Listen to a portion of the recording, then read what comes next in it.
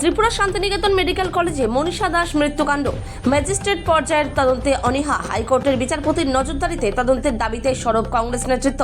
আগরতলার রানীর খামারস্থিত মলয়পীঠের অধীনস্থ ত্রিপুরা শান্তিনিকেতন মেডিকেল কলেজের মহিলা হোস্টেল থেকে 24 বছর বয়সী মনীষা দাস নামে এক যুবতীর রহস্যজনক মৃতদেহ উদ্ধারের ঘটনায় বর্তমানে রাজ্য রাজনীতিতে তীব্র আলোড়ন সৃষ্টি হয়েছে। এই মৃত্যুর সঠিক কারণ উদ্ঘাটনে ত্রিপুরা সরকার ম্যাজিস্ট্রেট পর্যায়ের তদন্তের নির্দেশ দিলেও সেই তদন্ত প্রক্রিয়াকে পুরোপুরি প্রত্যাখ্যান করেছে ত্রিপুরা প্রদেশ কংগ্রেস নেতৃত্বের সাফ দাবি, এই ঘটনার নিরপেক্ষ ও স্বচ্ছ তদন্তের জন্য ত্রিপুরা উচ্চ আদালতের বর্তমান বিচারপতির নেতৃত্বে তদন্ত কমিটি গঠন করতে হবে। এই দাবিতে অনড় থেকে ত্রিপুরা সরকারকে কড়া হুঁশিয়ারি দিয়েছে কংগ্রেস নেতৃত্ব। ত্রিপুরা থেকে বিক্রম কর্মকারী রিপোর্ট, বিগ নিউজ বাংলা। বন্ধুরা,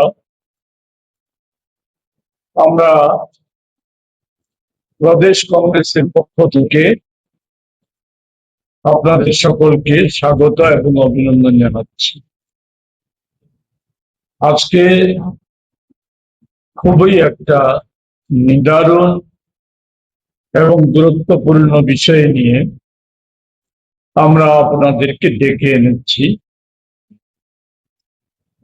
এখানে উপস্থিত আছেন আমাদের রাজ্য মহিলা কংগ্রেসের সভানেত্রী সর্বাণী ঘোষ চক্রবর্তী মহোদয়া, আছেন সহসভানেত্রী রাজ্য মহিলা কংগ্রেসের সুভদ্রা চক্রবর্তী, জেলা মহিলা কংগ্রেসের সভানেত্রী রূপা রায় দাস। আপনারা তখন আমাদের মুখপাত্র রবি চক্রবর্তী মহাশয়ের কাছ থেকে শুনেছেন কি ব্যাপারে আজকে আমরা এখানে সাংবাদিক সম্মেলন ডেকেছি। খুবই মর্মান্তিক একটি ঘটনা, যেটা ভাষায় বলে বোঝানো যাবে না। আজকে আমাদের ত্রিপুরা রাজ্যে যেভাবে 6 বছর বয়সী শিশুর থেকে শুরু করে 80 বছরের আবাল বৃদ্ধ বনিতা যেভাবে ধর্ষিতা হচ্ছে, অত্যাচারিত হচ্ছে এবং শোষিত হচ্ছে, তারই আরেকটি নিদর্শন আমরা সচক্ষে দেখে এলাম। সেটা আমাদের শান্তিনিকেতন মেডিকেল কলেজে কর্মরত যে মহিলা বলবো না, যুবতী, তার বয়স মাত্র 22 বছর। সে ওইখানে কর্মরত ছিল এবং সপ্তাহখানি সে 9টা থেকে 5টা পর্যন্ত ডিউটি করে এসছে। সেই জায়গা থেকে হঠাৎ করে গত সোমবার থেকে তাকে ওইখানে রাখা হয়েছে, যেটা ওর মার কাছ থেকে আমরা শুনে এলাম।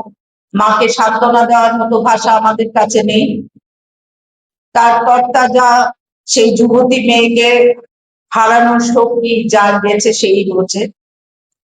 তার জন্য আমরা ত্রিপুরা প্রদেশ মহিলা কংগ্রেসের পক্ষ থেকে খুবই মর্মাহত এবং শোক সন্তপ্ত পরিবারকে বলবো ওরা যেন এটার থেকে রিকভারি করে ভগবানের কাছে এটাই প্রার্থনা করবো। যেটা শুনে এসছি সেই গত সোমবার থেকে সোম, মঙ্গল আর বুধবার দিন রাত্রে এই ঘটনা। মনীষার মাকে আমরা জিজ্ঞেস করেছি যে মেয়ে কিছু বলেছে কিনা, কয় না, এখানে বলেছে কাজের চাপ আছে, ওকে থাকতে হবে। তার জন্য ওই শান্তিনিকেতন মেডিকেল কলেজের নির্ধারিত করছে। কিন্তু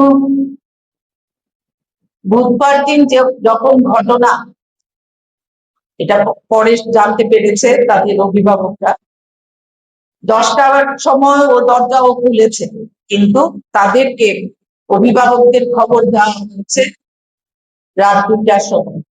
তাও ওইখানকার কিছু স্টাফ এসে বলেছে যে আপনাদের এখন যেতে হবে। বলেছে কেন? তখন বলছে ওর শরীর খুব খারাপ। শরীর খারাপের কাছে ওর বাবা বেরোচ্ছিল, তখন ওর মা বলছে আমিও যাবো, ওকে ফোন করি। না, ফোন করলে পাবেন। কি ঘটনা তাকে কিছু জানানো হয়নি। যাওয়ার পর দেখছে যে ওকে একটা রুমের মধ্যে শুইয়ে রেখেছে। আমার প্রশ্ন এই জায়গায়, যদি এরকম ঘটনা যেটা আমাদের মহিলা কমিশনের চেয়ারপারসন এবং সাংবাদিক মাধ্যমেও জানতে পেরেছি আমরা, যে এটা তদন্ত, এটা কি করে ওরা ঠিক করেছে যে এটা নিছক আত্মহত্যাটা এটা তদন্ত ছাড়া ওরা কিভাবে জানতে পেরেছে? তাহলে কি আমাদের রাজ্যে যে পরপর মহিলাদের উপর অত্যাচার, ধর্ষণ, খুন হচ্ছে, সেইগুলি মতোই কি এই ঘটনাটাও পার পেয়ে যাবে? এবং সেই যুবতী মেয়ের মার মুখ থেকেই শুনতে পেরেছি ওই ঘটনাকে ধামাচাপা দেওয়ার জন্য নানাভাবে উপঢৌকন দেওয়ার চেষ্টা হয়েছে।